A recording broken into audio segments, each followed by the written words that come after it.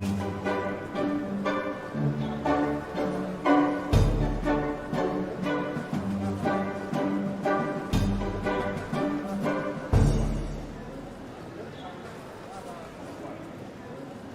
Гүлайым апай, саламатсыз ба? Келіңіз, қараңыз, қалыңыз қалай?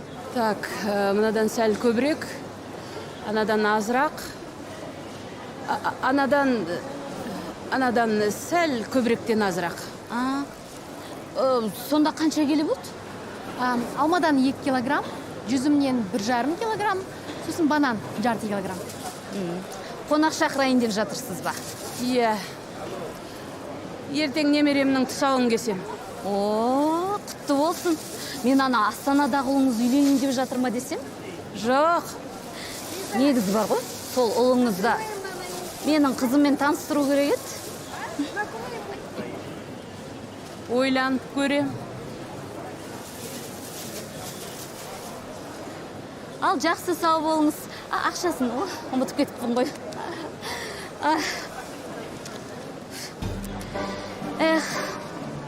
Осы Гүлайым сияқты құдағиым болса ғой шіркін. Қарыш, қандай, өзі де мықты, келіндері де тамаша ғой. Маған бұндай ене керек емес, мама.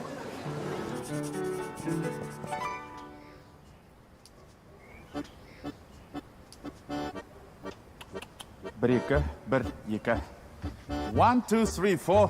Ауыз жыртық, трико. Рейвер қосасың ба? Ассалаумағалейкум ағайын. Сәлден соң біздің тұсаукесер тойымыз басталуда. Тыңдалмаған сөз жетім дейді ағайын, сондықтан тыңдайық. Апа, сөз тыңдайық деймін, апа. Бұл кісінің құлақ естімейді. Олай болса, сыртта жүрген қонақтар болса, ішке қарай кіруіңіз сұралады. Іште жүрген қонақтар болса, сыртқа Қыздар, жіберейік. жаны бар адам сияқты дұрыстап тамақ десеңдер. Әлі отырсыңдар бағынан бері. Самарың қайнап тұр ма? Ет. Отын анау ақырын қоя салыңдар.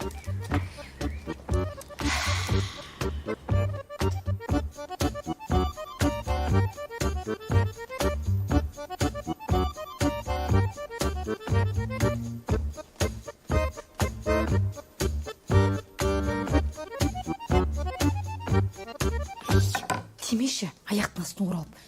Сосын дым көрмеген сияқты дастархан басына келе бермеңдер, адам позорын шығарып. Мә, мынаны ал. Все, давай. Келе берме қайта-қайта. Бұларды аяқтың астын оралып. Жансая, қараш, салфеткалардан аққу жасадың. Қалай? Өлдір, сен аққу көргенсің ба? Но точно аққу ма? Себя не в своей тарелке сезініп тұрған сияқты ғой? И пойдет. Біреу сұраса, үйректей салам. Привет, Жансая. Қалайсың? Что делаешь? Я ештеңе сол, демалып. Прикольно. Посуда сұрапсыңдар ғой.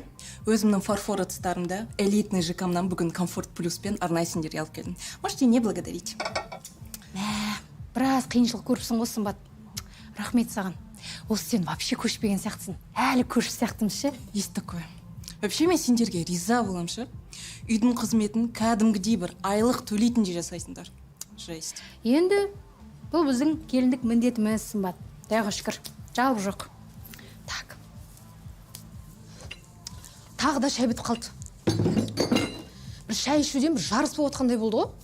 Неге таңғаласың? Бұл ерінда жарыстың көкесі бешбармақтан кейін басталады. Әй келіндер, мына баланы көтен жуып беріңдерші. Мен мұнда болам. Осындай апаларға таңғаламшы. Бір-бір қазанбас немерелерін ертіп алады да, не ойнамайды ол баламен, не көтен жумайды. Апасы естіп қояды, тыныш. Атың кім сенің? Дия. Бір емес екі әріпке тілі келмей тұр ғой. Кімге айтады дейсің? Ешкім түсінбейді бәрібір. Мадиял, сен былай істе. Үйіңе бар да мамана, мама, мен төтенімді зу деп айт, мақұл ма? Ой. Ой, Сендер мынау нері жалаң? Тезетіңдер. Тамақтан алып отырыңыздар. Сәлима ыстық шайдан ішіп алып отыр. Иә. Құдаларың көрінбейді ғой. Ай. Не ғой, алыста ғой, келе алмады. Алыста тұрады. Келе алмады. Иә. Тұсаукесер тойың құтты болсын. Жай келмей саған сыйлық ала келдім ғой. Мінекей. Ой, мынау не? Бұл радио няня. Біздерге сыйлаған қоса алмадық. Рахмет. Рахмет, шай алып отыр. Осы сенің келіндеріңе қарасам, күйеудегі қызымды қара, уайымдайым. Тойда құдағиым айтқан, келінді болмадым, қызды болдым деп. Сол сөзіне сеніп отырым. Ай, Сәлима, қызықсың. Ай, ол тойда бәріміз сөйтіп айтамыз ғой. Ол әңгімені мен де айтқам. Ай, екеуің бір шайнекке жабыс не бол? Жабылып шай қойын деп бедіңдер? Ал енді, мына танымайтындарға таныстырып өтейін. Менің ана екі егіз, Олжас Жандос деген егіз балам бар ғой. Соның ана екі келіншегі, ана чувстрилауы Жансая, ана үндемесі Бөлдір. Ай, бірінші келгенде түк білмейтін ғой. Тым қолдарынан дейін. Өзім бәрін үйрет. Қазір шүкір. Бірақ енді анда-санда бір маневрдар болып тұрады. Бірақ бар ғой, екеуі сондай тату-тәтті. Ауыз-ауыздарына тимей әңгіме айтады да жатады.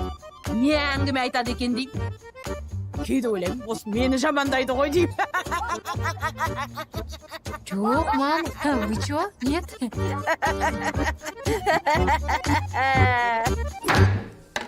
Конечно, жамандаймыз.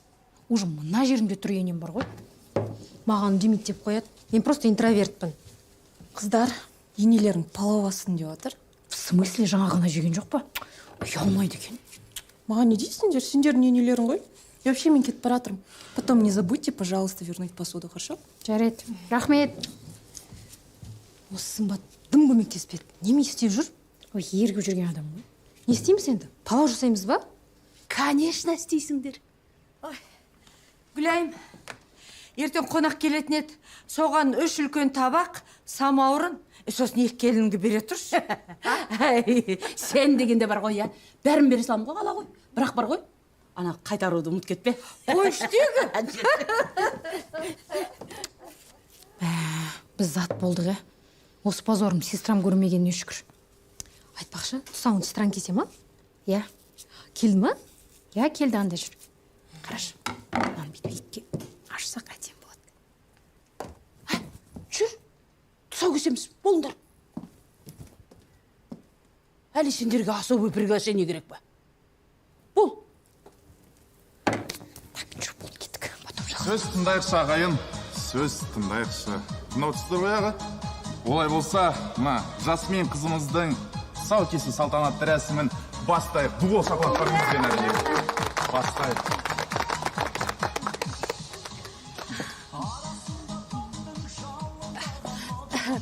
Құдаша, мына қазақтар қайшымен кеспеген тұсауды. Тұсауды мына пышақпен кескен. Дұрыс айтады апамыз. Я, дұрыс айтады. Дуол шапалақ. Олжас, мен что-то түсінбедім. Мен сестрама кестіреміз дегеніміз қайда? Дұрыс қой, сол кісі кеседі. Құрметті қонақтар, мен мына өзімнің бүгінгі немеремнің тұсауын, осы өзімнің құрбым, көршім, Сәлима кессе деймін.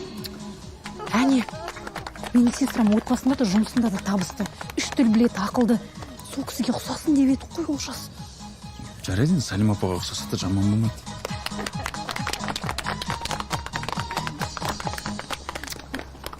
Сәлима апа еще ақсанда жүреді екен, Олжас, қараш. Мінекей. Кәнекей, ал, кәні балам. Опа, келе ғой. Ал ағайын, мына Жасмин қызымыз ешкімнің алашығын аттамаған адал, әділ қыз болсын. Басқан қадамы нық болсын. Кәнекей, я. Кәні, біз сымылдарақ, кәнекей. Опа. Кәнекей, кеттік, ал.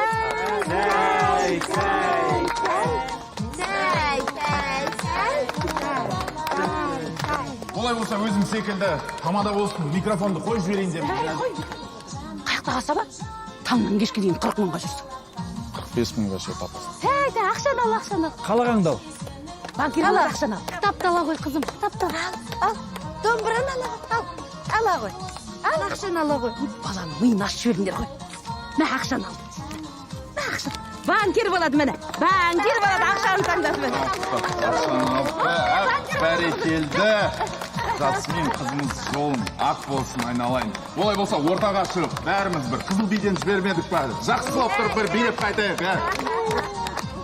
Ал кәді.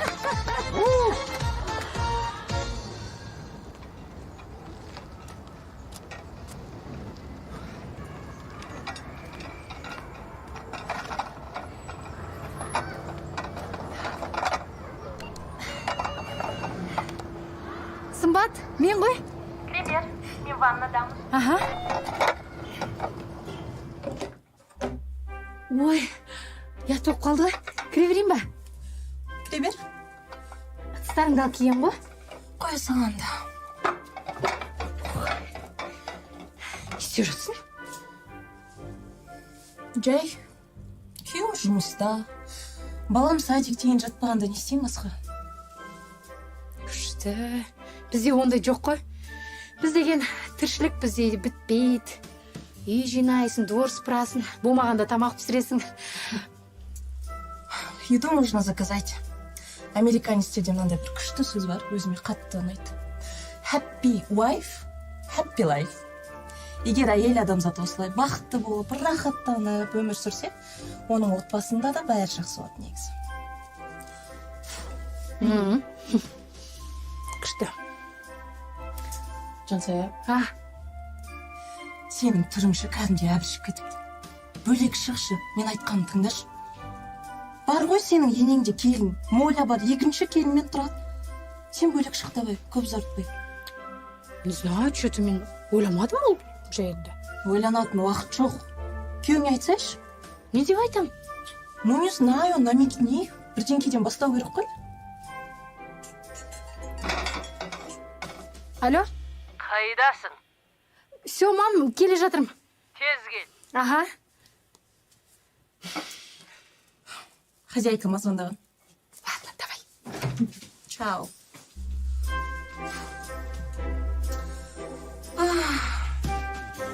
Ағзаға керекті дәрумендерді біздің дүкендерден алуға болады. Саңырауқұлақ негізінде жасалған дәрумендерді қазір акциямен төмен бағада ұсынамыз. Мам, шақырыңыза. Пункт 65. Бағадан бері 15 минут болды мына рекламаны қарап отырған. Витамин алған сатып алушыға үшінші қорапты жеңілдікпен береміз. Мөлдір қайда? Магазинге жібердім. Жай ма? Менен ачу сұрайын деп пен? Мүмкін рұқсат сұрайтын шығармын сенен. Кешіріңіз о жағын ойламап. Жоқ, жай сұраған ғой. Сен қолың бос қой деме? Бір ана кілем жуу. Олжас кілемдерді мойкаға береміз деп айтқан. Мойка? Сендердің естерің дұрыс па? На екі келін тұрғанда? Мойкаға беріп? Мен бар ғой баяғыда өзім келін болып түскенде бәрін өзім қолмен жуатын. Бар, кілем жу. Ана, мойкадағы балалардан ұят емес па? Қызығы мойкаға берем деп қояды.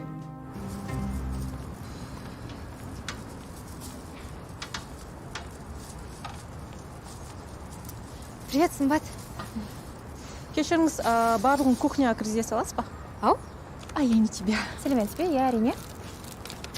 Рахмет. Мынау не? Ну, это продукты. Не, өзің бармайсың ба не? Біз болсақ енемізбен әр воскресенье сайын өзіміз барамыз базарға.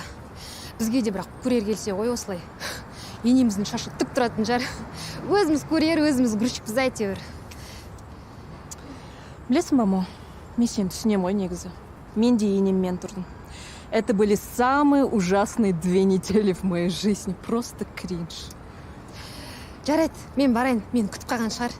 Мен де сосын кейін бөлек шыққан кезде сен сияқты жатам, көрер заказ беріп. Жақсы. Ей, мо, тұра тұрш. Ау. Қашан бөлек шығасың? Білмеймін. Қалай білмейсің, өзің бастадың ғой жаңағыны.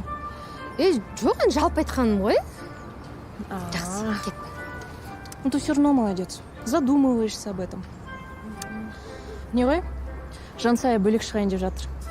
Сондықтан да сен мына жерде өзің сопиып жалғыз қалып қалма. Жансая бөлек шығам деді? Да, тездет сол үшін. Сенің енеңде енемен бір үйде тұру, түрмеде отырумен бірде ғой. Тезірек қимылдасаң, тезірек бостандыққа шығасың. Я, бөлек шығамыз ғой. Енем батасын алып, қызметін жасап. Енді түрмедегі за хорошее поведениедағы Удо сияқты. Жарайды, кетпей. Ай, білмеймін. Тамақ істеп, үйін жинап, барлығын күтіп қарап отырған келінді кім жібергісі келеді, өзің ойланып көрші кішкене. Енді, не істеймін мен? Керісінше, ұнамауға тырыс, мо. Қараш маған, барлығы біздің миымызда. Миымызбен жұмыс жасау керекпіз. Мысалы, менің өзім карта желаниеден бастадым. Сен де солай жасап көр. Одан кейін үйдің шаруасын барлығын дұрыс емес жасайсың. Барлығын. Дұрыс. Қой, мен оған духым жетпейді. Қой, кеттім, бара берейін. Давай. Онда жүр осылай, өмір бойы.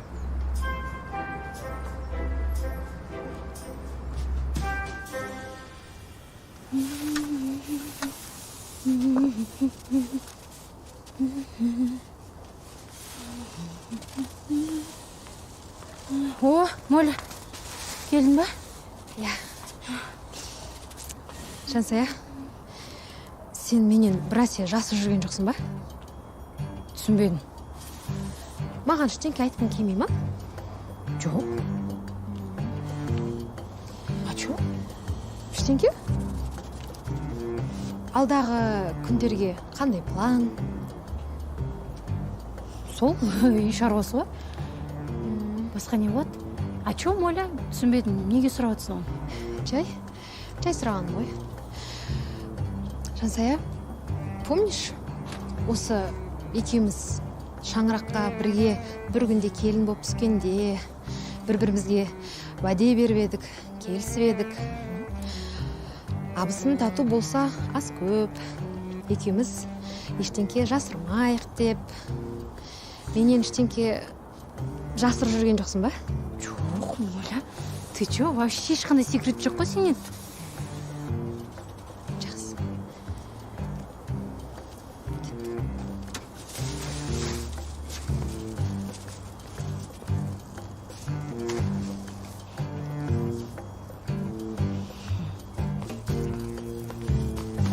Ойбай, кешіріңіз, неожиданно шығып қала бересіз. Мам, давно клубника в шоколаде жегім кеп жүрген еді. Сон, заказ берейікші, мам. Болады. Мам, онда суши заказ берейікші. Суши жемегелі көп болды. Сендер не заказ беріш болып кеттіңдер? Ақшаларың көп па? Менде ақша бар. Онда маған бере сал. Қазірден бастап доставкамен тамақ ішетін болсаңдар, кейін нанды да сатып алатын шығарсыңдар. Ана екі балам таңертеңнен кешке дейін жұмыс істеп ақша табады. Сол ақшаға доставкамен тамақ алдырасыңдар ма? Жарайды, кешіріңіз. Бермей қойық заказ. Не, қатты жегілерің кеп тұр ма? Я. Онда өздерің істеңдер. Мама, мен сурет салдым. Мә, Қараш? бұл сенің классың ба? Жоқ. Түсіндім. Митинг қой. Жоқ, бұл біздің отбасымыз. Аржан, мұнда адам көп қой. Біз отбасымызда 4 адамбыз. Сен, мен, әкең және сіңілің Жасмин.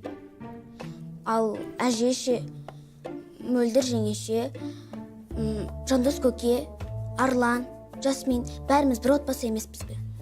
Солай ғой, бірақ енді қалай айтсам екен? Апай айтқан, бір үйде тұратындар бір отбасы деп. Аржан, апайың көп нәрсені көрмей тұрған сияқты. Біз бірге тұрғанмен, бірақ бөлек отбасымыз, өзіміз. Жарай ма? Онда мен қайтадан салайын. Я, сөйтші. Сосын неге біз бәріміз кішкентайымызда, әжең үлкен? Дұрыс қой, ол үйде главный ғой. жарайды, бар қолың жу, иә?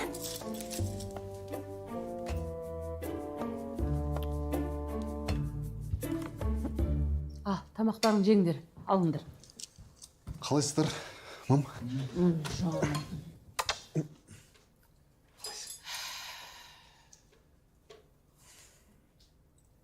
Тұсаукесер қалай өтті?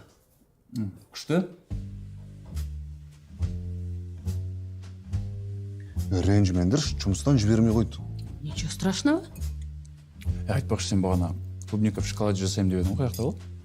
Яны тұрға? Яны клубника, яны шоколад, батырда жей бер. Мынау Шоколад ермей қалды просто. ал анау не? Келіндерім суши жейім дегеннен кейін жарайды деген ғой. Бастап берсеңізші енді. Түрі қорқынышты екен. Бірақ дәмді сияқты, е? Ама суши деген осындай болады, күнде жеп жүріп қой. Мін көріңіз.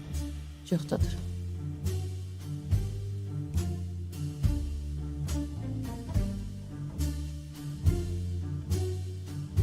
Мәссаған. Мынаны адамдар ақшаға сатып алып жей ма?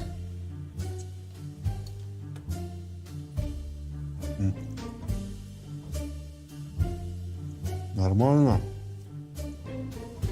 Бағанағы пловты жылтшы. Өзіміздің қазақтың тамағына жетпейді. Жарайды.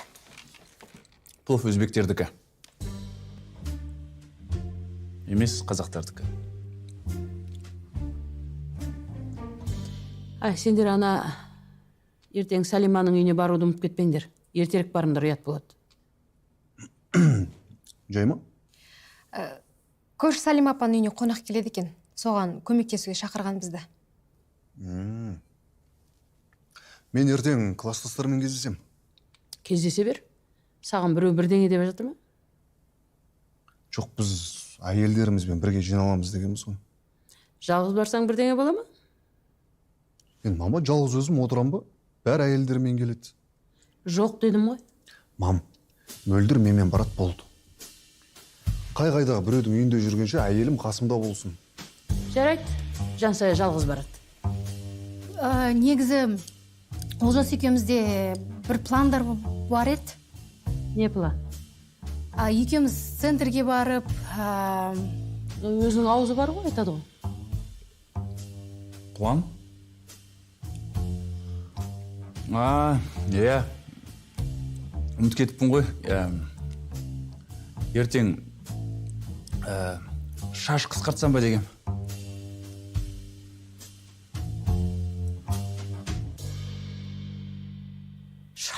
Шаш нес?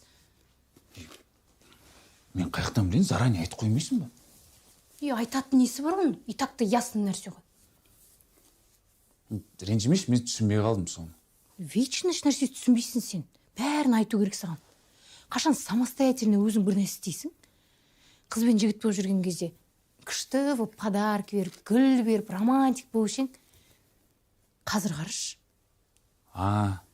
Гүл ма? Қандай гүл керек? Кетшей керек емес.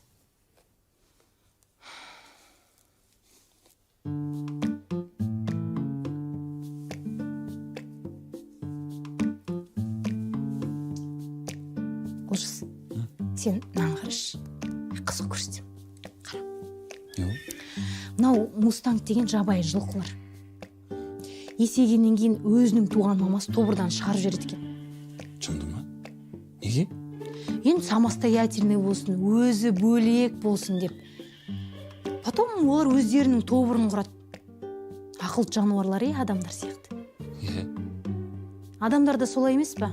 Есейеді, өз отбасын құрады, бөлек кетеді. Шынымен де ақылды жануар екен,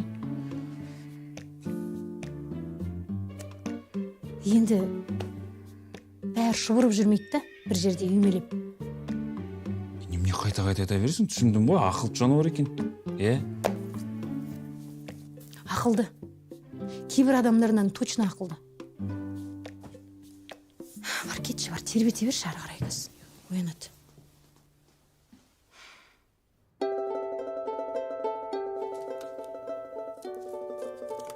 Оля,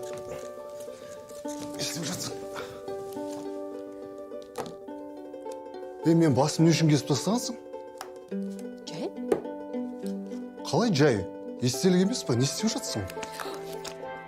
Мынау не? Не істедің, Жандос? Жоқ, сен не істеп отырсың? Бәрін былықтырып.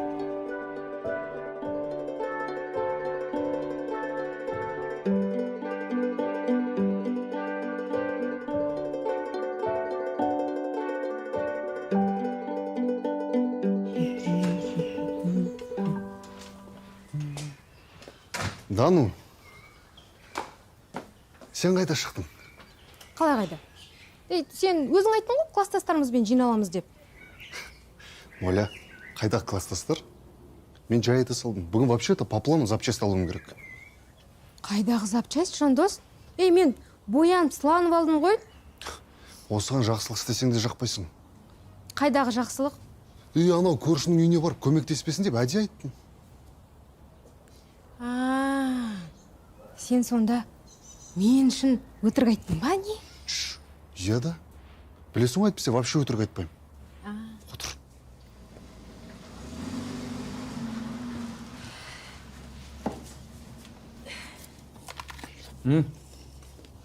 Жандостар қайда кетті? Білмеймін. Точно Сәлима апайдың үйіне емес. Мен сияқты. Жұмыс істеуге. Жүрмесен шығарып салайын. Немен шығарып саласың? Жүр, біз сорылда машинада жоқ қой. Давай.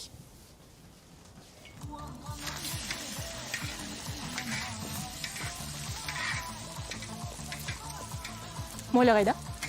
Класстастармен кездесуге кеткен. Аха, 5 июльда ма? Неге осындай заттарға сене бересің? Оның күйеуі непростой, $100 бір жаңа квартира қарауға кетті. Жоқ, күйеуінің жолдастары кездесіп жатыр деді ғой. Эх, Жансая, неге осындай бір сенгіш адамсың? Может, еще лотереяда ойнайсың. Андай бар ғой, бүйтіп тиынмен бүйтіп қыратыншы. Қайдағы кездесу, таң атпай өзің ойлашы. Алдат деп ойлайсың ба? $100. Ертең көресің, Моля бөлек шығады өзі. Ал сен қаласың осы жерде. Үндемей жүріп бәле ғой олар.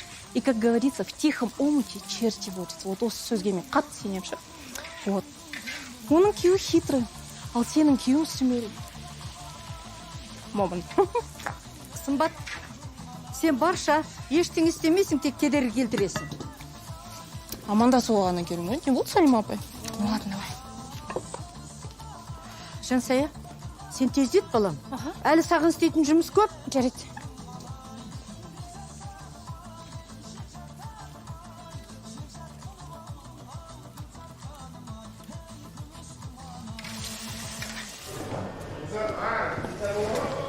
Запчасть алуға болса да, қалаға шықтық ал. Как будто шықпай жүрген адам сияқты айттың ғой. Тойдан қалмайсың. Сол тойда бір қонақ болып отыратындай. Кім? Алло. Кім? Дану. Кім? Хорошо, кәскелем. Кім? Ой, кім деп. Жұмысқа шақырып отыр срочно. Той, Жандос, бүгін бірге қыдырамыз деп шештік қой. Оля, сен бич, қалада қыдыра тұр, кафеге бар, мороженое ал, киноға бар. Мен саған карточкамды берейін. Ренжіген жоқсың ғой? Жоқ, карточкаңды маған бер да, жұмысыңа бар. Жұмысынан қалма, жұмыстың аты жұмыс. Қайда кетті? Кеш, маған, өзім табанамын. Ескі дәптерден таптым, іздерін өткен шақтың бәрі есімде. Beautiful life, бәрі оңай, қиындықта берме олай. Өз өмірің, өз қолыңда, күтеді happy соңында. Өмірің кайф, бәрі оңай, қиындықта берме олай. Өз өмірің, өз қолыңда, күтеді happy соңында.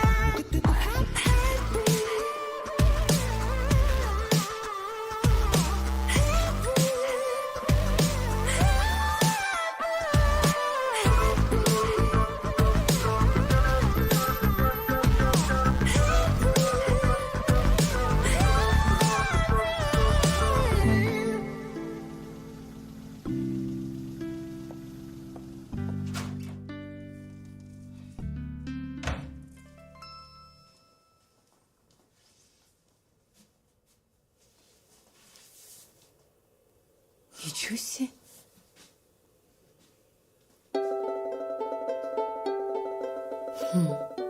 Үндемей жүріп бәле. Моля. Таптың ба, Жансая? Я, таптым, мам.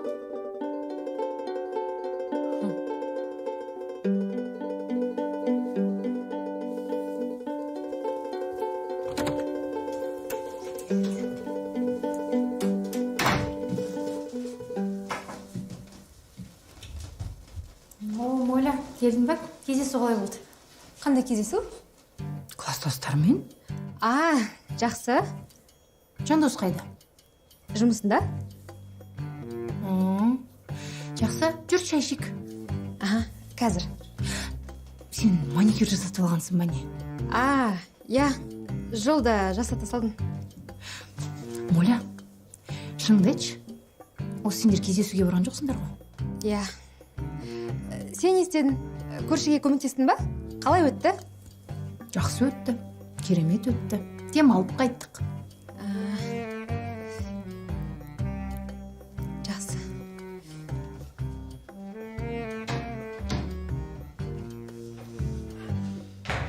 Гүлайым, саған көп рахмет. Келінің жүгіріп жүріп бәрін реттеді. Ана самаурын менен табақтарды алып келдім. Ей, Сәлимай, осы сенен аяғанын дейтчесін. Мына үйде не бар, соның бәрін алып кет. Қазаны бар ма, кілемі бар ма, мына келіндер бар ма, бәрін алып кет. Келіндер деп мұй. Бізге рахмет айтпай ма? Мынау рахметім үшін орамалды алып келді. Үйде отырып қарасам, ана келіннің 2-3 кесемді сындырып кетіпті. Ештеңе етпейді бірақ. Мен ештеңе сындырмадым. Ештеңе етпейді деймін. Сәлима, ондай бізде үйде болып тұрады. Мен ештеңе сындырмадым деймін. Ой, енді бір шын үшін енді соттайын деп отырған жоқпын ғой. Жарайды, мен тұрайын. Жансая, саған көп рахмет. Ұл тап. Табады ғой. Мына менің ұлыма бір мұрагер керек қой. Тұяқ керек. Тұяғыңнан ойналды. Бет. Қойсын, ма? Бет.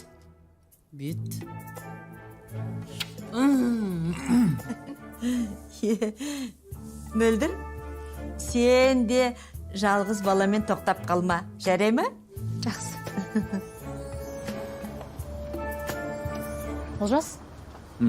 Осы сен ақынсың ба? Әлде жазушысың ба? Или қоғам қайраткер шығарсың? Жоқ. Онда неменеге мамаң ұл керек, тұяқ керек дей береді? Білмедім оны. Еще мұрагер керек деп қой дей. Артыңнан қалдыратын бір мұраң бар ма? Тыққан-пыққан бір нәрсең болса айтсайшы. Көрек те бізде. Не үйіміз жоқ, не машинамыз жоқ. Жұмысың анау. Қандай мұра қалдырмақшысың сен? Енді солай айттым ма не, мама? Может, жай намектап түсіндіріп сөйлесіп көрем мамамен? Жоқ, керек емес. Давай просто бөлек шыға салайықшы. Қалай болады екен ол, Жансая? Нормально болады. Неме тыпыршып кеттің? Мен декретке шықпаймын, бастықпен сөйлесем. Босанбай тұрып шығып алу керек бөлек. А то білесің ғой, после родовая депрессия деп лағып кетеміз. Жұмысың реттесе. Давай.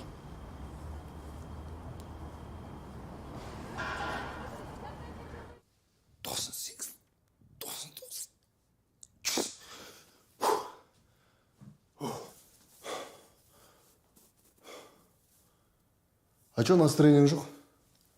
Чай.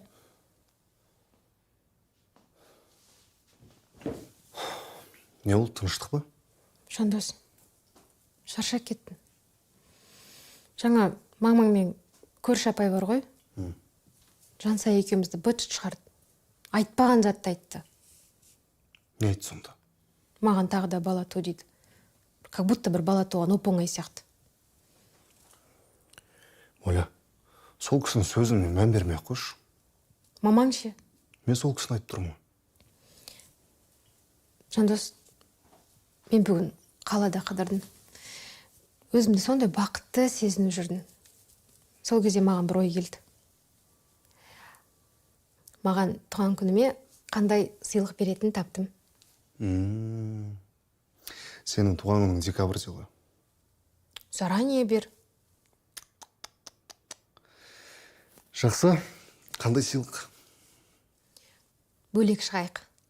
Қайдағы бөлек шыққан моля? Не ұнамайды саған? Уақытысы келгенде шығамыз бөлек. Жансаялар бізден бұрын бөлек шықсашы. Мейлі. Жарайды, мен футбол көрем.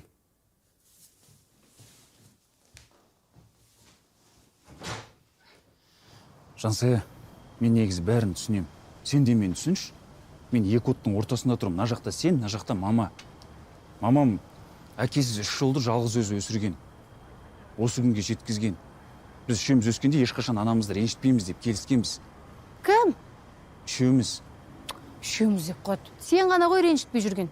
Жандос өз шаруалармен жүр. Кішкентай вообще басқа қалада. Олжас, мен саған ренжіт деп тұрған жоқпын. Біз просто бөлек шығамыз. Араласып тұрасың, келіп тұрасың. Не болды соншама? Керек кезде көмегіңді бересің. Жансая, мен ақ сүт беріп өсірген, түн ұйқысын 4 бөлген анашымды жалғыз өзін тастап бөлек шығып кете алмаймын. Неге жалғыз? Мөлдірмен Жандос бар емес па? Да, кстати. Сонымен бүгін әлем чемпионатының финалы. Эфирде мен Ермұхамед Мәулен. Бұл ойынды көрген дарманда, көрмеген дарманда. Жандос, жат. Түн болды. Ертең ерте тұрасың. Мама, мен сізге кішкентай балам ба? Тұрам ғой азанда. Болды, көп сөйлеме. Мен ұйықтай алмай жатырмын.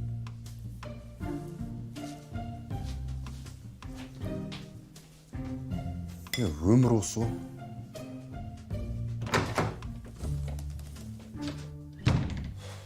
Короче, мен командировкадан келгеннен бөлек шығамыз. Ничего, Олжас пен Жансая бар ғой.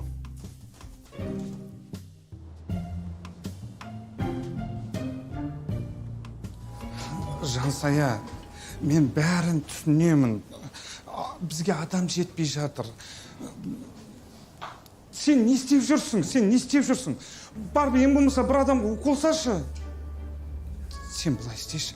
Ана декретке шық, содан кейін барып ана демалып қайтшы. Ағай, мен декретте как раз таки демала алмаймын. Жұмыс істей беріңші, ағай. Не, жарайды. Саған емес жарайды, саған жарайды. Иә, бірақ мен сені ескерттім, жақсы ма? Ағай, сосын дардавойды ертерек ала берсек қалай болады екен? Не болды? Не болды ал? Не болды? Біз бөлек шығып жатқанбыз ғой, соған ақша керек еді. Кім? Бухгалтер қайда? Бухгалтерді шақырыңдаршы маған, бухгалтерді. Ағай, сосын сразу баланың пособиесін ала салсам. Мана. Кім? Просто алысқа көшейін деп жатыр едік. Енді ол өз шаруаларыңа жақсы ма? Оны өздерің шешесін. Мен не ғой? Операциям бар екен ғой, айналайын-ау. Не, Жансая, аман бол, жақсы ма, ауырмашы, бәрін айтам. Кім, сантехник қайда жаңағы шақырыңдаршы маған? Ой, Жансая. Ой, бір басым ауырып, бір түрлі болып тұр енді. Ана укол салдырайын деген. Маған айтып салмадыңыз ба, мама үйде салатын едім ғой. Ой, жоқ, мына қыз салады ғой. Өзің саласың ба? Ой, конечно, өзім салам, сама. Сен қолың жеңіл ме? Қорықпаңыз. Менікіндей жеңіл қол көрген жоқсыз. Сен өзің тіршіліктермен айналса бер, мен мамаға өзім салып берем, да? Жансая, сен бай ақырын сал, мақұл ма? Ой, мам, чики-пуки сделаем сейчас.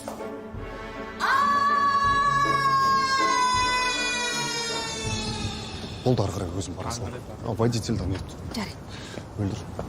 Мынау квартираға задаток. Нормально районнан жылды. Сосын подъездінде бір орыс апа болса, тіпті жақсы. Есік алға гүл отырғызып, ауланы сыпырып жүреді. Иә, түсіндім, уайымдама. Тыңдаса шайтып алайын да. Жақсы. Патолог биік болу керек. Санузел обязательно раздельно болу. Түсіндім, Жандос, уайымдама. Бар енді автобустан қалып қаласың, бара берсейші, уайымдама. Ешкімге ештеңе айтпа. Мамамен өзім сөйлесем. Мен келгенше шыдаш болды. Жарай ма? Жақсы. 2-ақ күнге бара жатырмын. Жақсы, жолың болсын. Не айтады осы? Уайымдама. Ладно, давай.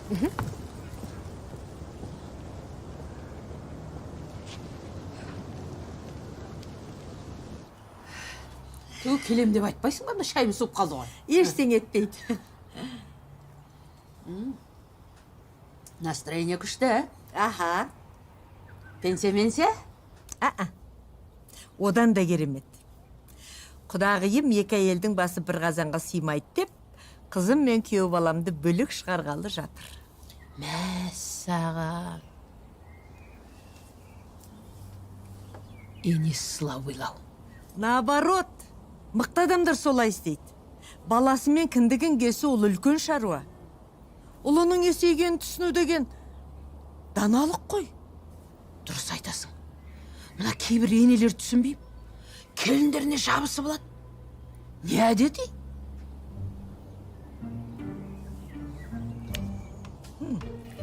Мен де балаларым бөлек шығарам. Даналық бізде де бар. Мына қай келінімді қолымда алып қап, қай келінімді бөлек шығарсам деп ойлап жүрмін.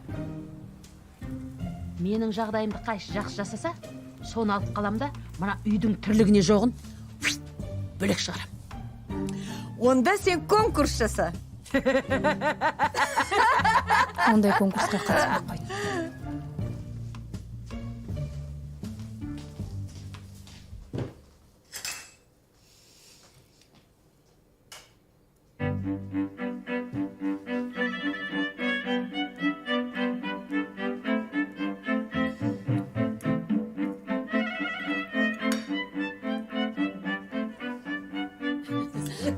Сөйтіпті, соң кейін ана, не қылсам ғой? Анау декретке шықпай бір ғой жұмыс істеп жүр. Молодец. Шай алдым.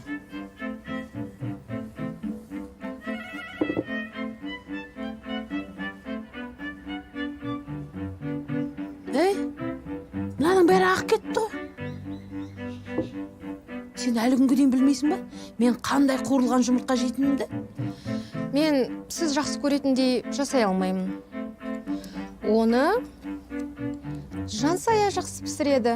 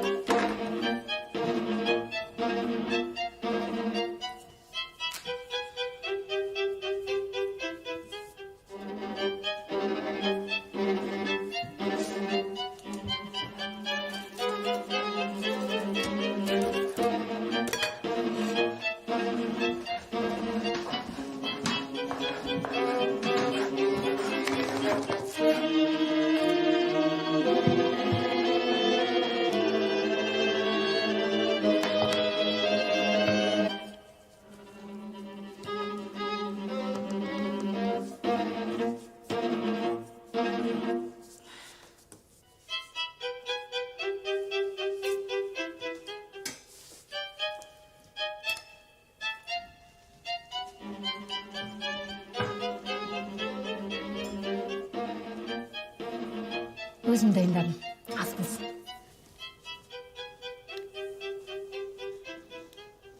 Бастаңдар. Ас болсын.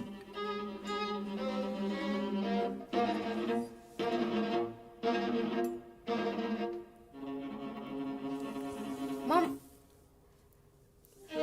мынаны жеңіз. Мында ет көп.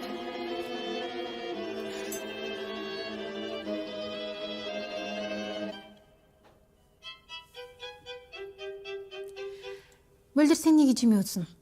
Қарным ашық деп едің ғой бағана. Жеп ал жақсылап.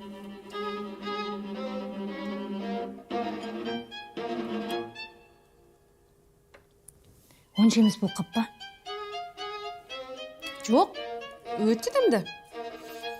Сен тамақты дәмді жасайсың ғой? Тек менің бауырсақтарым күйіп кетіпті. Оты қатты болып кетті. Оля, бауырсақтарың керемет болған, күшті болған. Міне, күшті ғой.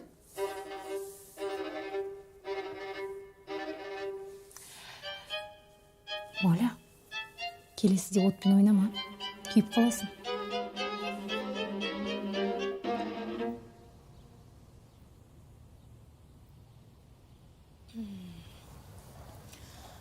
Мөлдір, сен үндемей жүріп, действительно андай адам екенсің. Қандай? Бәрін түсініп тұрсың ғой, Оля. Біз бірінші бөлек шығамыз, түсіндің ба? Ойбай, неге сендер бөлек шығу керексіңдер? Өйткені менің күйеуім сен күйеуіңнен 2 минутқа үлкен, Оля. Не забывай, мен сенің жеңгеңмін, сен мен келінімсің. Так что біз бірінші бөлек шығамыз. Жарайды деп айтайын десем, сендерді уайымдап тұрмын. Күйеуің ас табады. Сен тем более скоро босанасың. Бөлек шықсандар қиналып қаласыңдар ғой. Ал мен күйеуім пысық. Так что біз өлмейміз. За нас не переживай, Моля.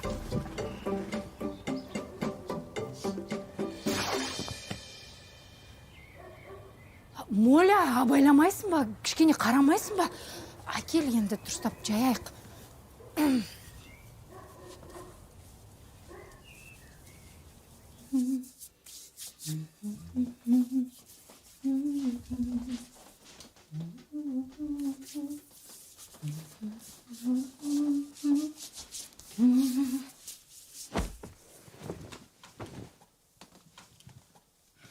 Анауыңды мама көрсе не болады?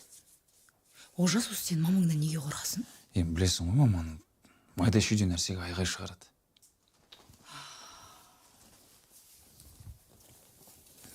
Жансая, сен уайымдамаш, мен обязательно бір нәрсе ойлап табам. Екеуміз бөлек кетсек аштан өлмейміз, білесің бе? Тем более мен жақында жаңа жұмысқа шығам. Вот сол кезде... Не болады сол кезде? Сол кезде не болады? Шетелге шығамыз, Египет па, Турция ма, горячий турларды алып аламыз да пучу. Армандарыңда да горячий тур, акция, распродажа, миыңның бәрі шектеліп кеткен сенің. Қош, айтқым келмей қалды. В общем, біраз жерді аралаймыз бұйыртса. Мамаң рұқсат берсе. Тыныш. Мама естіп қояды. Біз сонда нормальный адамдар сияқты ұрыса алмаймыз ба не? Енді болмайтын нәрсесін ұрыспай қояқ, Жансая. Болмайтын нәрсе? Олжас, сен үшін бұл болмайтын нәрсе ма? Сен мені естисің ба, түсінесің ба мені? Мен сен түсініп, күнде мамаңның әңгімесін, күнде мамаңның претензияларын естеймін. Она унамайды, мынау унамайды. Вечно недовольна, вечно что-то не нравится. Мен келін болған кезде бүйткем, мен сөйткем. Мөлдірде жүр ғой, нап нормально ұрыспай-ақ. Мөлдір жүреді. Неге? Мөлдір жүреді. Өйткені оны байы қорғайды. Сен мені қорғайсың ба? Сен маған поддержка бересің ба?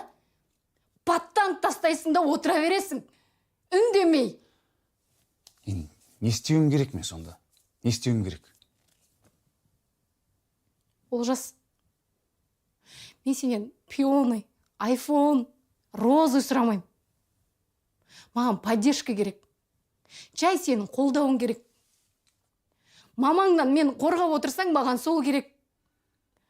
Осы үйде қорғайтын бірақ адам ол сен, Олжас, сен. Қашан түсінесің соны? Мен сен үшін осының бәріне көніп жүрмін. Мен сен үшін бәрін шыдап жүрмін. Айтқан әрбір сөзін көтеріп мамаңның. Сен болсам түк істемейсің, отыра бересің. Үйленердің алдында мен сен қолдайым. Поддержка беремін. Біреуін де орындаған жоқсың. Мен бір жалғыз жүрген адам сияқтымын.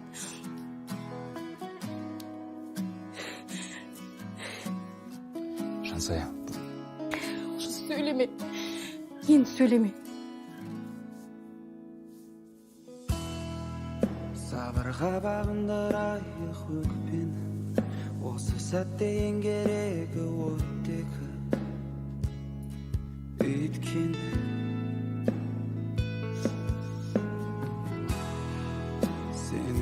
іздеген ең қиын белгі, одан да қинамай отқа шақ мені өйткені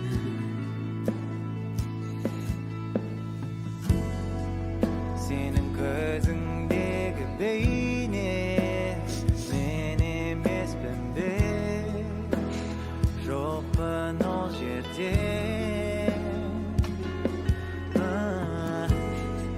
Сенің жазған әңгімеңде соңына жетпей өлдім бе. Алло, Да. мен квартира бойынша звондап тұр едім. Аха, айта бер. Ертең, таңертең барып, сразу снимать етіп алайын деп едім. Қалай сразу? Квартира ұнамаса ше? Жоқ, ұнайды. Сразу аламыз. Қой қарындас, не бәле ол көрмей алам деген? Не, мошенницасың ба? Жоқ. Мен енемен тұрамын. Шаршап кеттім. Сол бөлек шығайын деп едік. Солай айтпайсың ба? Болды, таңертең көрсетсем. Рахмет. Сен әлі жатпағансың ба? Жат тезірек. Ертең базарға барамыз. Жүрсің ғой әлі.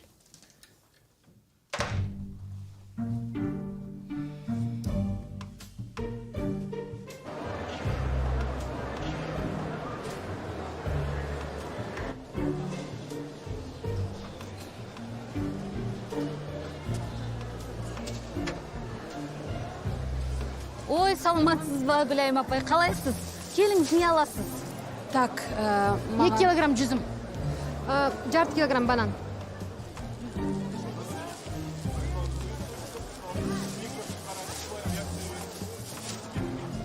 мам, аласаңшы.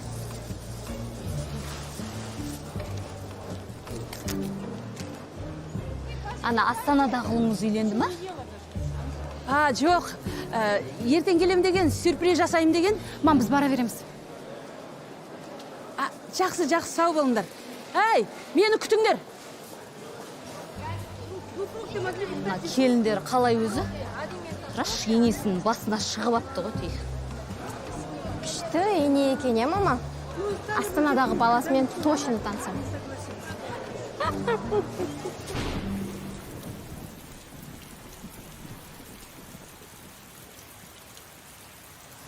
Мінезім ауыр, білем. Бірақ сендерге бір секрет айтайын. Осылай көп жүрмейсіңдер. Ана кішілім жасылан үйленем десе, сендерге батамды беріп, бөлек шығарам. Қаншама жыл қасымда болдыңдар, жағдайымды жасадыңдар. Бір риза болатыным бар ғой. Бөлек шығам деп бір ауыз сөз айтпадыңдар ғой. Ол да сендердің маған деген сыйластықтарың шығар.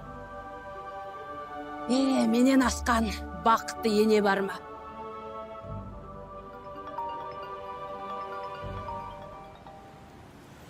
Алло? Алло, қарындас, мен квартираға бара жатырмын. Сіз қайдасыз? Мен базардағы остановкада едім. Қазір үйге заттарымды апарып тастайын. Сосын... Өлдір деген сіз ба? Я, мен. Жүріңіз тезсіз, квартираны көрсетсем басқа да клиенттер бар. Жүр, кеттік. Жүр. Негізі сосымда көрсетсеңіз болатын еді. Енді енем қандышты дегеннен кейін сразу без очереди көрсете салайын деген бұл квартираны. Оның үстіне өзіңізде асықтырып біттіңіз, бол деп. Асықтырғанда мен... Бөлек шығатындарыңыз дұрыс болды бір жағынан. Главное, квартираның арендасын уақытылы төлеп тұрсаңыздар болған. Мен түсінем мен. Өзімнің сестренкамда енесімен тұрады да, ана кісі енді ужас адам. Саған чудовище адам емес. Кентавр ғой ана кісі. Осындайда бір класстасын еріксіз ескетсек. Жақында ғана акиматқа жұмысқа кіріп, кекірек кетті өзінше вообще адам танымай. Әйелдер де сондай екен ғой. Әйел кезінде әп-әдем болып жүреді да, жап-жақсы болып. Ене бола салады да сразу өзгеріп кетеді ғой. Билік деген адамды бұзады екен мен түсінгенімше. Қарындасшы. Қыз кезінде бәрі жақсы, жаман ене қайдан шығады деп әзілдеп қойған арасында. Сіздің де енеңіз жалмауыз ба? Жоқ, менің енем жақсы. Өзіңізді алдамаңыз олай. Түрлеріңізге шықты ғой сіздердің шаршағандарыңызшы. Енелеріңіз абьюзер сияқты ғой сіздердің. Бір программаға бару керек сіздерге, бәрін айту керек, әншілер шақыру керек, сарапшылар шақырып бәрін шешу керек, енелеріңізбен тет-а-тет сөйлесу керек, шаштарыңызды жолсып етіп, андай шоу жасапшы елдің алдында. Өткен мен қорықтым сіздің әңгімелеріңізден. Ужас, жан түршігерлік, страшно әңгіме айттыңыз ғой сіз кеше. Қойыңызшы. Олай прям жамандаған жоқпын ғой. Қалай жамандаған жоқ, Моля? Не скрывай. Душу не скрывай ты. Хорошо? Моля, енді квартираны вообще ештеңе қарамай, ештеңесіне қарамай ала салам дегеннен ақ түсіндім мен енелеріңіздің айдақар екенін. Так, ана жақтан бұрыламыз, қазір келіп қаламыз.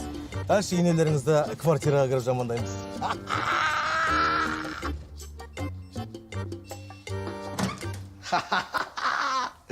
Кодпен ашылады. Потолок па? Чотам ба? Мықтым ба? Енді өздеріңіз көріп тұрғандай квартира айуан. Не ғой? Көп біздің клиенттерге ұнайды, көбісі таласады, өзіме де қатты ұнайды. Любой қонақтарыңызды смело шақыра бересіздер ғой. Түсінесіз ба? Айтпақшы, Татья, бағана мен машинада мән бермеппін да. Сіз біздің Моляның мамасы болып тұрсыз ғой примерно, иә? Қызыңызды құдағиыңыздан құтқаруға келдіңіз ба? Сен бар ғой, о үшім әзілден нөл екенсің, ә? Да. Көрейік. Сіздер беймарал көре беріңіздер, мен қазір бір кісілерді күтіп алып келейін.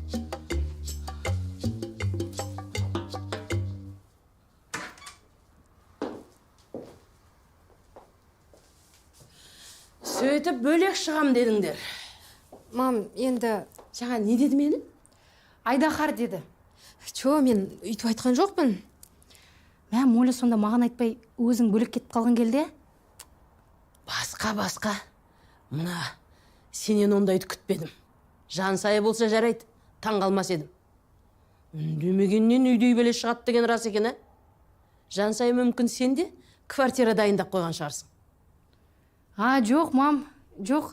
Мен басқалар сияқты крыса емеспін ғой. Мен ба крыса? Сен бөлек шығамыз деп ақша жинап, декретке шықпай жүрсің ғой, әдейі. Ұрса беріңіздер, беймарал ұрса беріңіздер. Бізді жоқ деп есептеңіздер. Моляның комнатасына кіріп көрдіңіз ба? Карта желания жасап қойған, бұлар давно уже бөлек шығып кеткен. Ал сен болсан, маманың тамағына әдейі шаш салып жүрсің. Бауырсақты әдейі күйдіріп жүрген кім? Ал сен үйді шашып жүрсің жинамай. И чо? Сіздің любимый розаларыңыз кесіп жүрген Моля негізі. А сен? Не сен? Алдында класстастармен кездесеміз деп, мам, бұл қалада қыдырып жүр өзі рахаттан. Бізге айтпай. Кім екендерің белгілі болды. Мен сендерге не істедім? Бөлек шығатын болсаңдар айтпайсыңдар ма? Мен түсінем ғой. Мам, сіз түсінбейсіз. Сіз түсінбейсіз. Сізден бәрі қорқады, балаларыңыз да қорқады. Даже балаларыңыз да бөлек шыққысы келеді. Олар да біз сияқты тыныш өмір сүргісі келеді. Жандосқа обал футбол қараймай жүр. Оны айтасыз, Олжастың жұмыстан шығып кеткеніне шай болған, мам. Сізге айтуға қорқып жүр. Қазір енді аниматор болып жұмыс істеп жүр.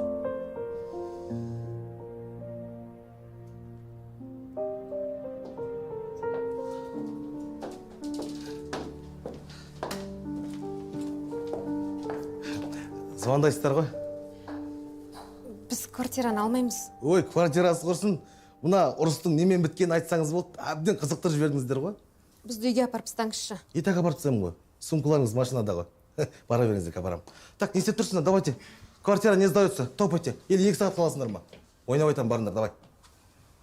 Қарасай бардың.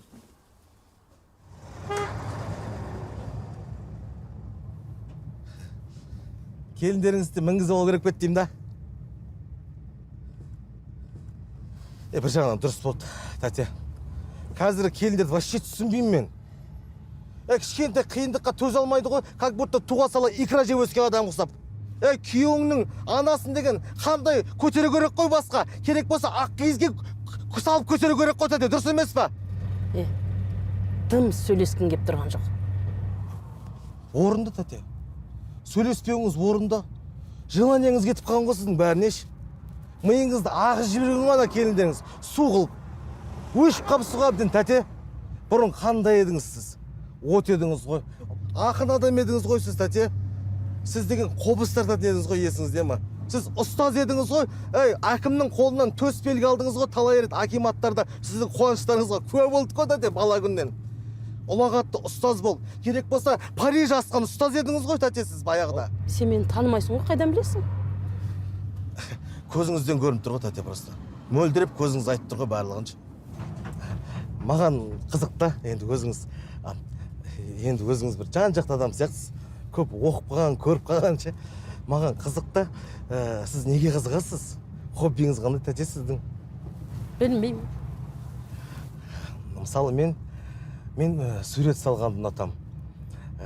Көбінесе закаттарды салғанды ұнатам. Просто алдында қызыл бояуды көбірек алып қойыппын да, соны бітіру керек болып отыр. Мен сериал көрем. Тәте, сериалды любой адам көреді ғой. Бір вау, күшті екен дейтіндей бір қызығушылығыңызды айтсаңызшы. Негізі менің мамандығым агроном. Бау бақшаны жақсы көрем. Вау, күшті екен тәте. Үйіңіздің алды Иран бақ шығар сіздің, а? Жоқ. Просто қызығам. Көп қиялдаймын, іздеймін жарықты, қалай жаулаймын, мына кәрі алыпты. Кімді алдаймын, міне бір анықты, нені қалаймын, және қаншалықты. Қиын берік болу арманға, күйзелісте жалғыз қалғанда, өмір соққыға шыққанда, сыю жалғанға. Жандос қайда? Ол командировкада ғой. Не болды, мам? Ой, тым білмегендей болмаңдаршы. Немене сыртымнан әңгіме айтып? Өздерің квартира жалдап бөлек шықпақ екенсіңдер ғой.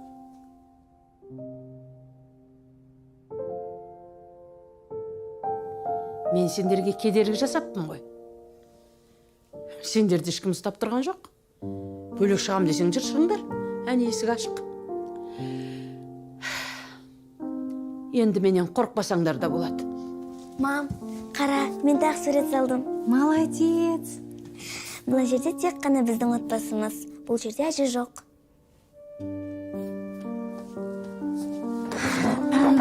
Бара ғой.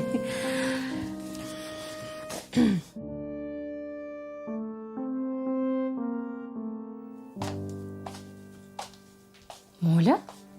Ау, сен не істеп отырсың? Жай? Маған айтпай огурцы жеп отырсың, е? Кел. Не ғой, Моля? Мен ұйықтай алмай келдім. Уайымдап. Біреуді ренжісем жаман болам. Енеңді білесің ғой. Ренжи береді ғой ол кісі. Қатты көңіліңе алма. Енемді айтпаймын. Сен айтам. Көшеміз деп қатты кеттім ғой, демей ренжімешсің. Мен саған ренжімедім. Анау Сымбат қой бәрін бастаған. Бөлек шықпасаң қалып қаласың деп жандырып жүрген. Серьезно? Мә, Сымбат маған өсетіп айтқан. Вот сүмелек. Мен саған ренжімедім. Сен де маған ренжіме. Ренжімеймін ғой. Сосын, Моля, біз осы үйде қалайық? Сендер бөлек шыға беріңдер. Сендер бөлек шығыңдар. Енем бізді уайымдайды ғой. Неменеге уайымдайды? Уайымдамайды, қорықпа, шыға бер. Жоқ, сендер шыққандарың дұрыс болады. Олжастың зарплатасын білесің ғой. Аз. Қалай күн көреміз? Сендер шығыңдар. Шако, Олжас Жандостан 2 минутқа үлкен ғой. Сендер шықсандаршы. Қоймайды екенсің, е? Мен айтып тұрмын ғой, шыға беріңдер деп, біз қаламыз. Жарай ма? Жоқ.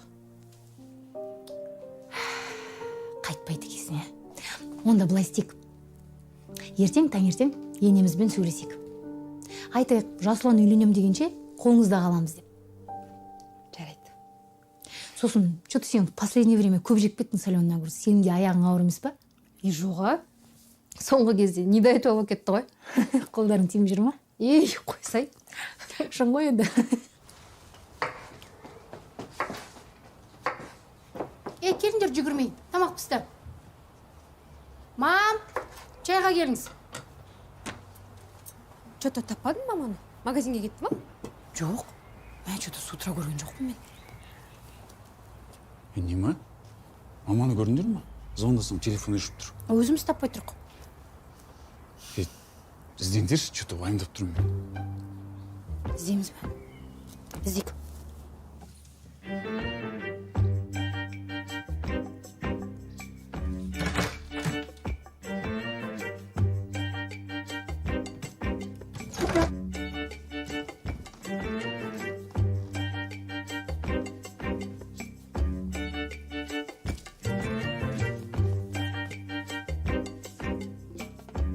Сюрприз!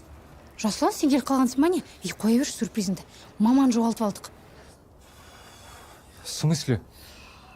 Пенсиясы жақсы ғой, может, похитили? Қаяқтағын айтпаңдаршы, келу керек, кішкене күте тұрайық. Ой, блин, мен бүгін маман ана қызының ата-аналарымен таныстырам ба деп жүрсем, қашан келеді екен енді? Жасұлан, сен үйленейін деп жүрсің ба не? Иә. Помнишь, Жасұлан үйленсе бізді бөлек шығарамыз деп еді ғой? Точно. Табу керек. Олжас, сен маманың телефонның книжкасын алып, таныстарға звонда. Маған мала іздемей қойыңдар. Келетін шығар түске дейін. Жоқ, бәрібір мама ескертусіз кетпейтін ешқайда. Тоқтаңдаршы. Или сендер маманы ренжітіп қойдыңдар ма? Жоқ, Жасұлан қайдағы?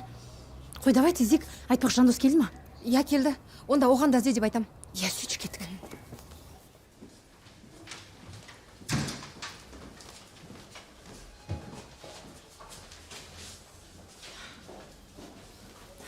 Саламатсыз ба? Біздің участковый сіз ба? Мүмкін. А не болды? Адам жоғалды. Таппай жатырмыз. Может, похищение? Похищение? Енді енеміз ғой жоғалған. Сон уайымдап кішкене бір нәрсе болып қалды ма екен деп. Қазақстанда любой енеге бір нәрсе болса, бірінші подозреваемый келін. Қашан жоғалды? 3 тәулік өтті ма? Жоқ, бүгін таңертең. Сан бойынша 3 тәулік өткен соң ғана жоғалды деп санауға болады. Ничем не могу помочь. Ладно.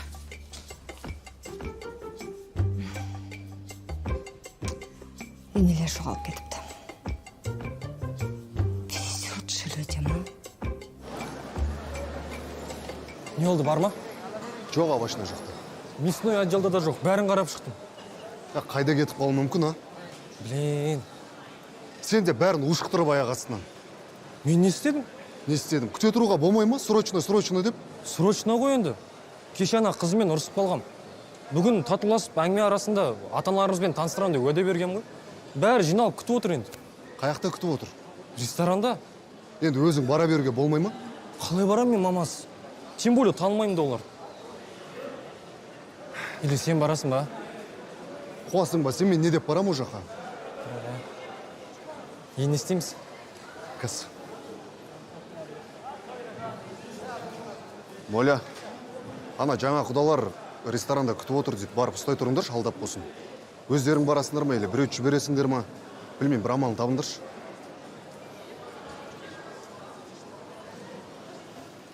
Уайымдама болды, нормально бар.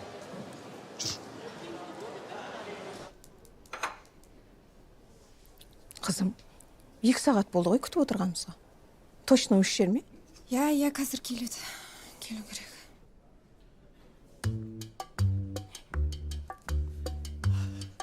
Ассалаумағалейкум біздің құрметті де қадірлі 1000 жылдық құдаларымыз. Құдалық кешіне қош келдіңіздер. Ойна, ойна құдалар. Жастық шақ, сәлематсыздар. Әрі отыр қалқым. Қалайсыздар, құдағи, бәрі жақсы ма? Қош келдіңіздер. Мына Алматы шаһарына. Аман сау жеттіңіздер ме? Үй іштегіз аман ба? Қазір неке. Официант, салат палат мына жаққа гүлдендірші, өйткені бүгін бір беймарал отырмасақ болмайды. Себебі бұл құдалық деген, құдамен танысу деген адамның өміріндегі ең маңызды іс-шаралардың бірі емес пе? Құдағиларыңыз кішкене кешігіп қалды, өйткені Алматының пробкасын білесіз. Тапжылмай орында тұра бересің да? Иә, бәрі жақсы ма? Жақсы. Күшті отсыздар ма? Ай, бәрекелді. Кім қайда? Құдамыз қайда? Құда... Ажырасып кеттіңіздер ма? Жал, тағдыр ғой енді. Бірақ сіздерге оңай болғанмен балаға қиында, сіз күйеуге шығып кетесіз, ол әйел тауып алады. Бала қиналады да. Қарасаңыз, әбден жасқаншақ болып өскен ғой. Аузындағы сөзін айта алмай өскен ғой нағыз. Көзінде бір мұң бар да. Ішіндегісін шығарамаған ғой. Зоп жоқ па сенде? Зоппен ауырмайсың ба? Өткені ішіндегін шықпаса зоп болып қалуы мүмкін да. Құдай сақтасын ше. Бетін арыз. Сен бар ғой, кішкентай кезінде көп құлайтын бедің? Әлсіреп құлап, қолыңдағы ойыншықтарын, подушкаларын тартып, балағаттап кететін бет сені. Әбден еңіреп, қиналып өстің ба?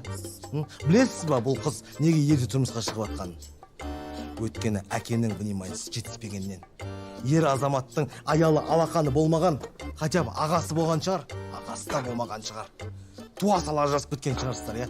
Сіз не деп тұрсыз? Біз ажыраспағанбыз.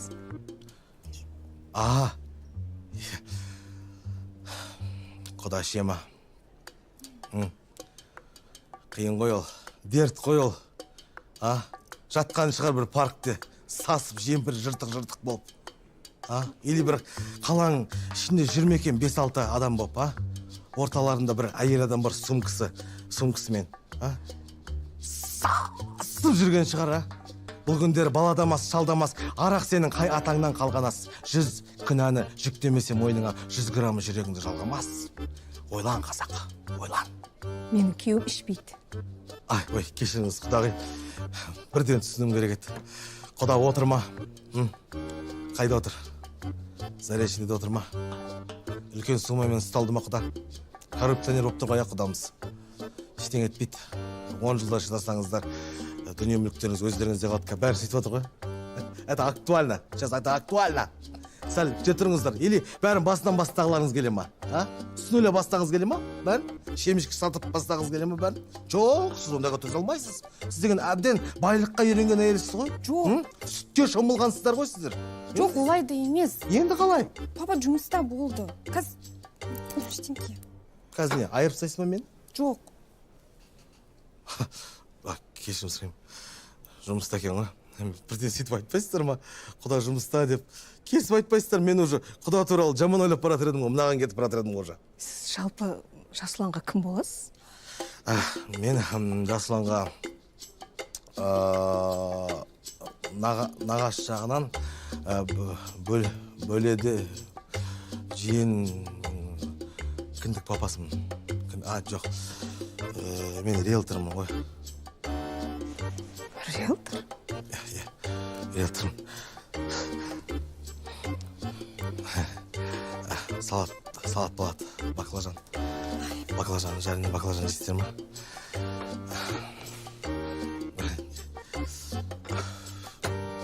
Жалпы өздеріңізде қалай? Неге қызығасыздар? Мен мысалы өзім сурет салам. Сурет салам, сол арбатқа шығып тұрам арасында.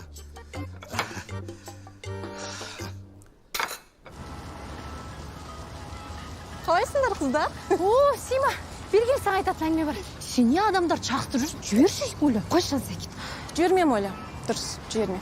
Сен не ергіп бәріне ақыл айтып жүрсің, Иә, айтам ал, не? Сима, басты қатырма. Жүрші, кеттік іздей береміз. Чё не болды? Енем жоғалып кетті, таппай жатырмыз. Лол, енем жоғалып кетті. Отыр ғой ана жерде. Қай жерде? Біздің үй жақтың салонында, если чё. Кеттік. Сима, әйтеуір бір пайдаң тиді. Вот ты сүмелек. Бетіне айтамыз. Сүмелек. Непроработанные. Даже агрессиясын нормально шығара алмайды. Солай жағдай. Телефонды әдейі өшіп тастадым. Мен іздеп уайымдасын. Жоқ, фольгаға тиіспеңіз. Келіндерім шок болатын шығар.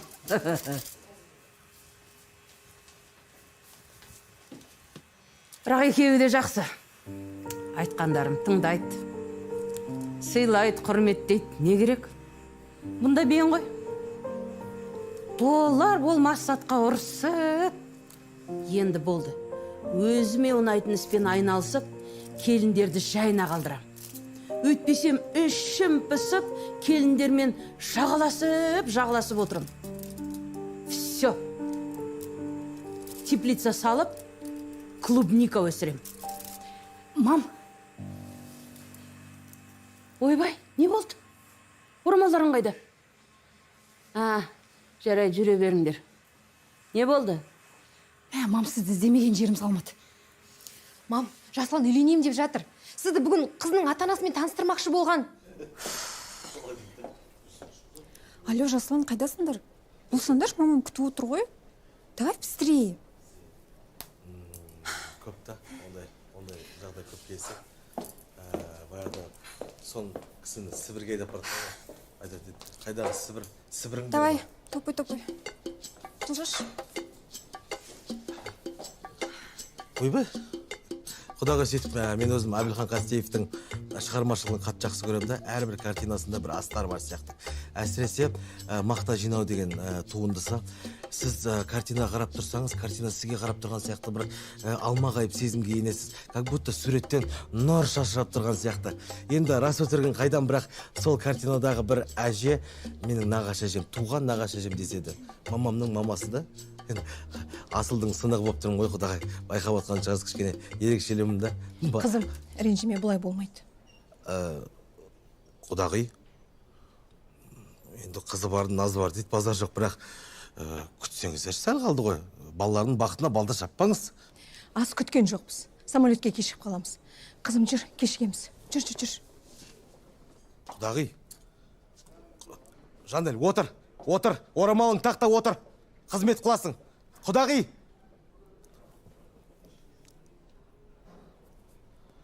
Мөлдір, құдаларың кетті. Мам, болды. Құдалар күтпеңіз деп жатыр. Қазір барып ұстамасақ, Жасұлан сізді точно кешірмейді. Ресторан алыс па? Жақын. Мам, нормально, жүріңізші. Давайте. Кеттік.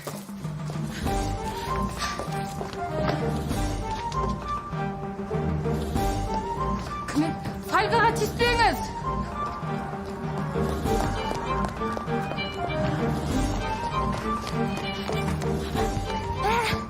Енем аяқ бауырат. Бірінші беріп баратыр, мама.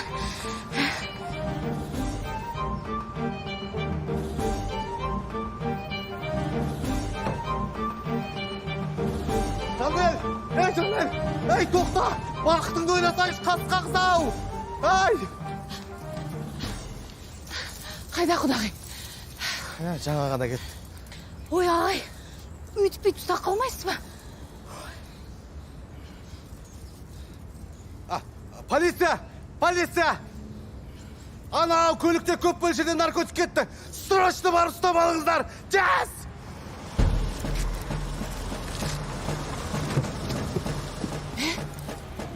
Сен сәл қуады екенсің, Енді өздеріңіз ұстап қал дедіңіздер ғой, Татья.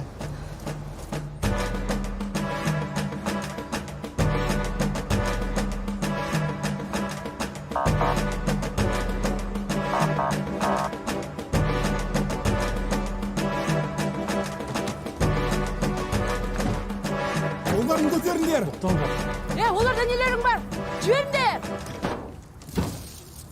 Сәлемәсіз бе, Құдағи? Не болып жатыр мұнда? Сіз кімсіз? Мен Жасұланның мамасымын. Атым Гүлайым. Танысқаныма қуаныштымын. Мен де қуаныштымын.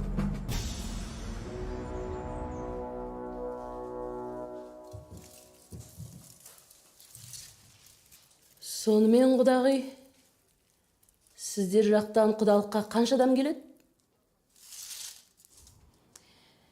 Барам деушілер өте көп. 20 шақты адам барады ғой. Онда бұна камерадан шықпай тұрып, қалың малды келісіп олайық. Келісіп олайық. Сіздерде қалың мал қанша? Ал сіздерде қанша? Бізде нормально. Онда бізде де нормально. Екеуміздің ата анамыз осындай жерде танысады деп ойламаппын. Айтпашы. Кім ойлаған, ә? Сен не полицейскийлермен ерегесіп жүрсің? Жарайды енді, уайымдайтын ештеңе жоқ. Бәрібір жібереді ғой. Бір қарап отырса тамақ жемейді екен.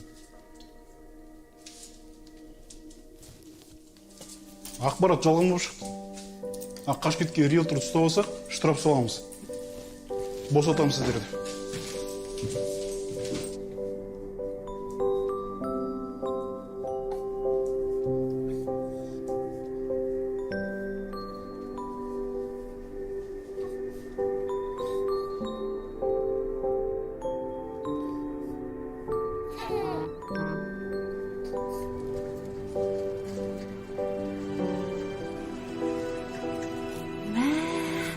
Сен че романтик болып кеткенсің ба не?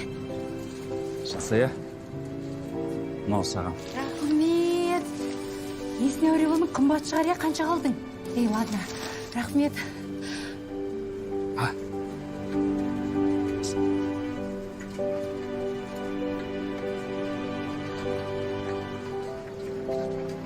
Жан, бөлек шығайықшы. Мама, конечно. Вау. Еще мамаға өзім айтам. Қош. Мә, күшті болды мынау деген. Сен құлап қалмайсың ба? Жоқ. Бар, түс. Құлап қалып жүресің, врачтар келіп қалды. Все, давай, абайла. Мама, күшті. Жынды ей.